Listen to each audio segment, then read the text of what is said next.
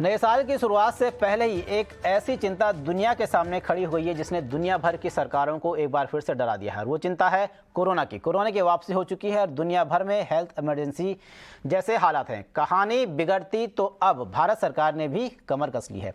बैठकों का दौर जारी है और आने वाली मुसीबत से बचाव की तैयारियों पर मंथन किया जा रहा है। दरअसल चीन में कोरोना को लेकर डरावनी रिपोर्ट सामने आ रही हैं। रिपोर्ट्स और तस्वीरों के माने तो चीन में कोविड-19 के ओमिक्रॉन वेरिएंट का सब वेरिएंट BF.7 तबाही मचा रहा है। सड़कों से ज़्यादा अस्पतालों में भीड़ है।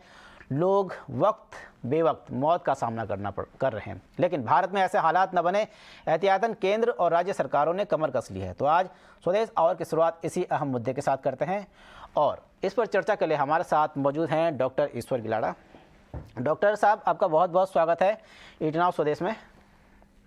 धन्यवाद सर। सबसे पहले यही समझेंगे, आने वाले टाइम में परसों क्रिसमस है, उसके बाद नया साल है, लोग जोश में हैं और जोश में होश ना खो पाएँ, इसके लिए सबसे पहले आप उनको कुछ टिप्स देना चाहें। मैं सबसे पहले आपके दर्शकों को बताना चाहूंगा कि जो हालात हमारे देश के हैं वो खराब नहीं है, बिल्कुल खराब नहीं है, बहुत अच्छे हैं। इसके दो कारण हैं। एक तो हमारा कोविड मैनेजमेंट पॉलिसी बहुत अच्छी थी और दूसरा हमारा जो वैक्सीन है वो एक तो 75% लोगों को वैक्सीन मिल चुका है और वैक्सीन की क्वालिटी अच्छी है। एक मलेशिया में स्टडी हुई थी, उन्होंने ब्रेक थ्रू इन्फेक्शन यानी वैक्सीन लेने के बाद होने वाला इन्फेक्शन, उससे मरने वाले लोग, इनकी कंपैरिजन की। तो एस्ट्राजेनेका जो हमारा कोविशील्ड है, दूसरा फाइजर mRNA और तीसरा सिनोवैक चाइना का, ये तीनों के कंपैरिजन में मलेशिया में अगर एक मौत एस्ट्राजेनेका से हुई है कोविशील्ड से, तो 2.5 गुना ज्यादा मौतें हुई है mRNA से और 10 गुना ज्यादा मौतें हुई है सिनोवैक से। तो चाइना का सिनोवैक वैक्सीन यूजलेस है। पहले जो उनको परमिशन मिली थी वही गलत थी। दूसरी चीज यह है कि जैसे गैंग होता है, वो एक गैंग अगर कोई आके कोई एरिया को पकड़ लेता है तो दूसरा गैंग उधर नहीं आता है। तो हमारे मुंबई में डी गैंग और जी गैंग है थी पहले, तो वो एक दूसरे के लोग अंदर आते जाते नहीं थे। उसी ढंग से ये वायरस की भी गैंग है। हमारे पास जो गैंग ने कब्जा किया है वो है BA.2 एंड BA.3 और BA.2 के जो सब वेरिएंट मिलाकर अभी XBB हुआ है। तो ये बहुत ही माइल्ड है, ये दूसरे को इन्फेक्शन नहीं आने देता है। और जो BA.7 चल रहा है या अमेरिका में और ब्राजील में और यूरोप में चल रहा है, वो चल रहा है BQ.1 और BQ.1.1। ये दोनों भी BA.5 के हैं। BA.5 और BA.4 हमारे देश में था ही नहीं, बहुत कम प्रमाण में था। दूसरी बात यह है कि जो BA.7 के कुछ केसेस हमारे पास 4-5 महीने पहले भी आ चुके हैं, जुलाई से आ चुके हैं। अभी तक उन्होंने कुछ नहीं किया है। हमने पूरा नवरात्रि देखा है, दिवाली देखा है, जो हिंदू का न्यू ईयर है वो देखा है, अब काफी लोगों के शादी ब्याह देखे हैं, सोशलाइजेशन देखा है, कॉन्फ्रेंसेस देखी है, पॉलिटिकल रैलीज देखी है, कहीं भी लेटअप नहीं हुआ। तो ऐसा लगता है कि ये कुछ नहीं करेगा। प्रिपेयर्डनेस होना चाहिए, जो एक नया वैक्सीन आया वो यूज होना चाहिए, लेकिन हमें न्यू ईयर के लिए डरने की जरूरत नहीं है।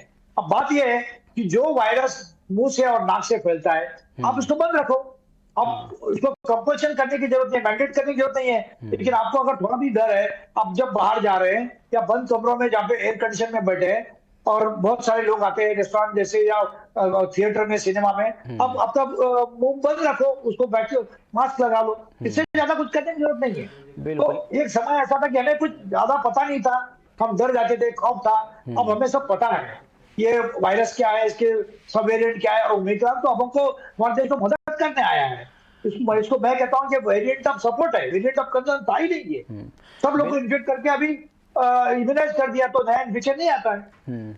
ये भी कह सकते हैं कि जिस तरह से हमें पहले जो लहर थी और दूसरी लहर थी, उसमें इतना लगभग ये मान लो कि लगभग 95 या 96% लोगों को कोरोना हुआ और उतने ही लोगों ने लगभग वैक्सीन ले लिया, इसलिए हमारी इम्यूनिटी अच्छी है और ये जो वायरस है उस पर हम पे ज़्यादा असर नहीं डाल पाएगा। लेकिन आज की जो सबसे अच्छी खबर है डॉक्टर साहब वो ये है कि भारत को दुनिया की पहली नेजल वैक्सीन मिल गई है। ये कितनी बड़ी उपलब्धि है और इस वैक्सीन को अगर आपको कुछ जानकारी है, लेने का तरीका, कब कब लेना है, कितने दिनों बाद लेना है और कितनी कारगर है, तो जरा इस पे बता दीजिए। ये नेजल वैक्सीन का जो प्लेटफॉर्म है ये भारत में पहले भी था और फ्लू वैक्सीन जो है इसी कंपनी का, जिसका नाम था नेजोवैक, ये आता था। हमने कई साल यूज किया, 2 साल पहले इन्होंने क्यों बंद किया पता नहीं। तो हमारे पास ये प्लेटफॉर्म था और काफी आसान है यूज करने में। दूसरी बात यह है कि जब नेजल वैक्सीन आता है तो आपको इंजेक्शन सुई लेने का जरूरत नहीं है, तो आपका जो बेसिक हेजिटेंसी है कि इंजेक्शन लेने से कोई प्रॉब्लम होगा, वो नहीं होगा। तीसरी चीज ये है कि जो इनके रिजल्ट आए हैं, 3100 लोगों में इन्होंने ट्रायल किया, एक की भी डेथ नहीं हुई है, और जो साइड इफेक्ट है बहुत ही माइल्ड है, छींक आना, नाक से पानी आना, सर दुखना, थोड़ा सा बुखार आना 1-2 दिन के लिए, ये तो किसी भी वैक्सीन के साथ होता है।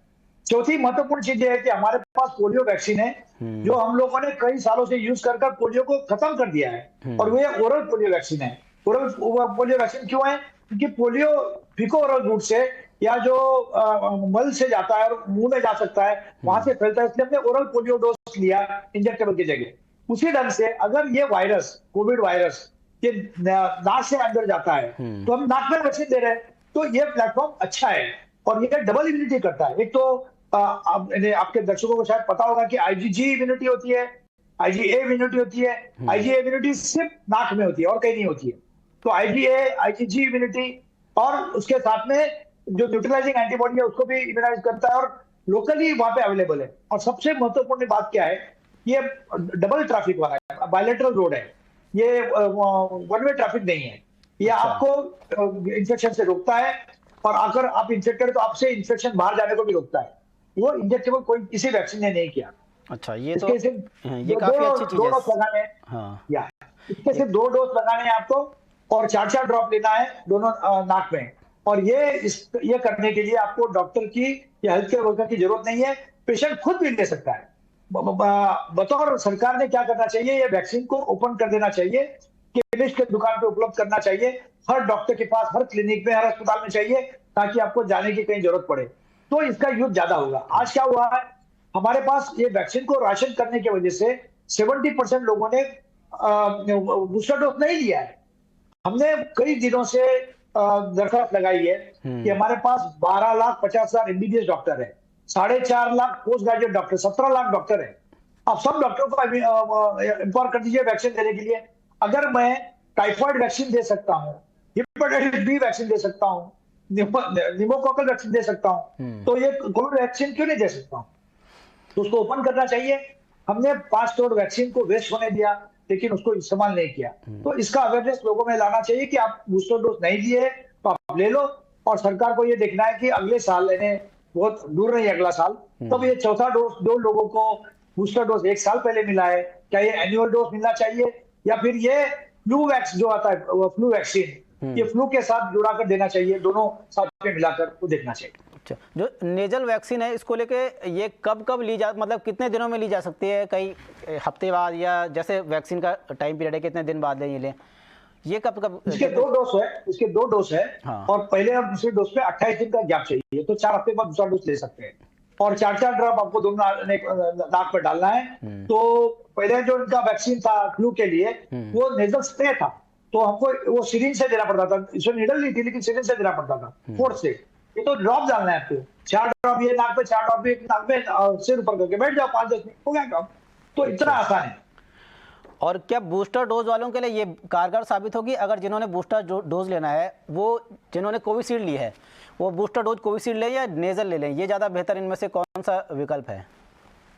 हमारे पास मिक्स एंड मैच बूस्टर चालू हुआ है। हाँ। तो कोविशील्ड, कोवैक्सीन में हम अदला बदली कर सकते हैं, लेकिन इसको जब अप्रूवल दिया है, तो इसको ये भी बोल के अप्रूवल दिया कि ये बूस्टर बोल के भी ले सकते हैं। तो जिन लोगों को किसी कारण से हेजिटेशन है इंजेक्शन लेने का, वो नेजल वैक्सीन दे सकते हैं बूस्टर बोल के, या जिन्होंने सेकंड डोज नहीं लिया तो वो सेकंड डोज ले। चलिए सर, आप लाइन पे बने रहिए, हम आपके बाद दोबारा लौटते हैं। कोरोना पर पीएम की हाई लेवल रिव्यू मीटिंग के बाद आज केंद्रीय स्वास्थ्य मंत्री मनसुख मांडविया ने राज्यों के स्वास्थ्य मंत्रियों के साथ वर्चुअल मीटिंग की। बैठक में कोरोना से निपटने के उपायों और तैयारियों का जायजा लिया गया। केंद्र ने राज्य सरकारों को स्वास्थ्य मंत्रालय के गाइडलाइंस लागू करने पर जोर दिया है। ज्यादा जानकारी दे रहे हैं हमारे सहयोगी समीर दीक्षित।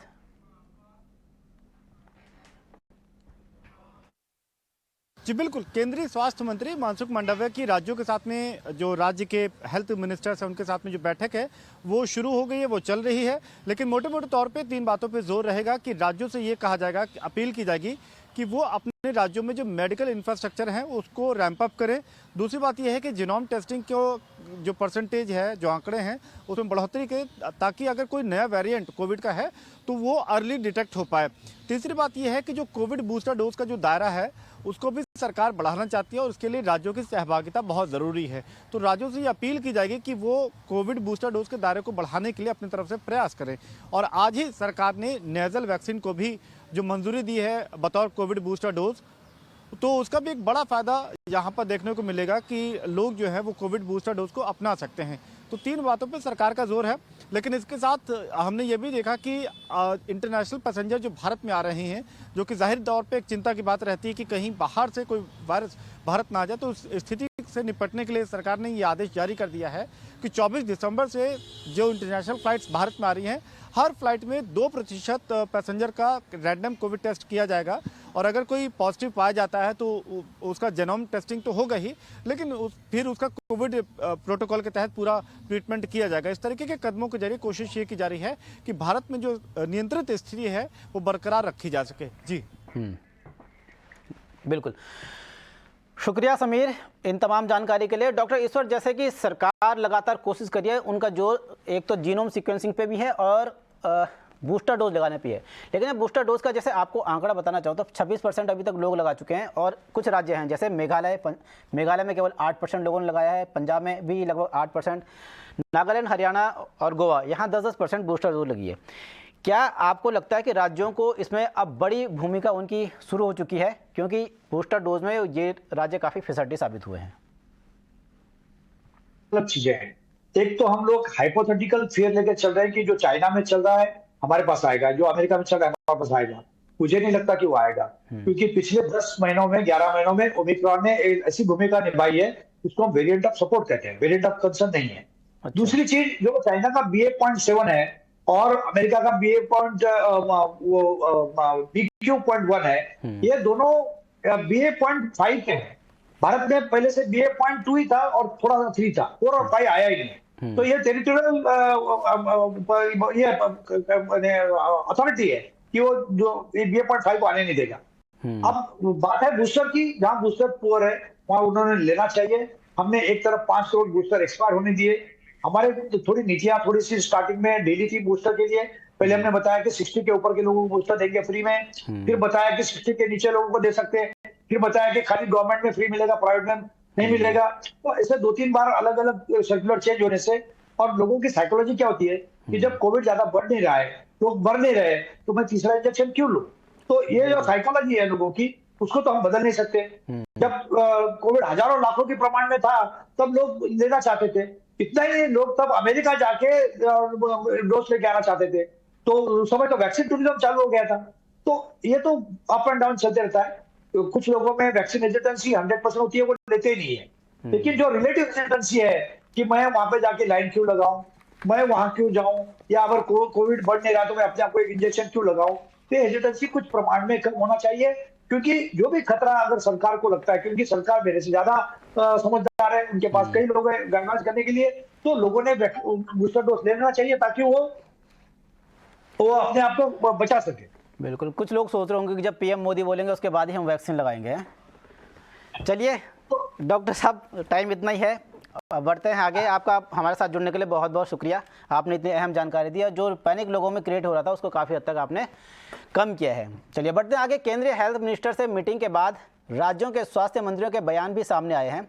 कर्नाटक और झारखंड के हेल्थ मिनिस्टर ने राज्य में कोविड से बचने की तैयारियों के बारे में बताया। Our Honorable Union Health Minister Shri Mansukh Mandaviya ji chaired an emergency COVID meeting where he had invited all states health ministers to be part of this meeting, and he has given us several guidelines. He has made some presentations where in the presentation the officers gave us a presentation about the status of pandemic in the globe today.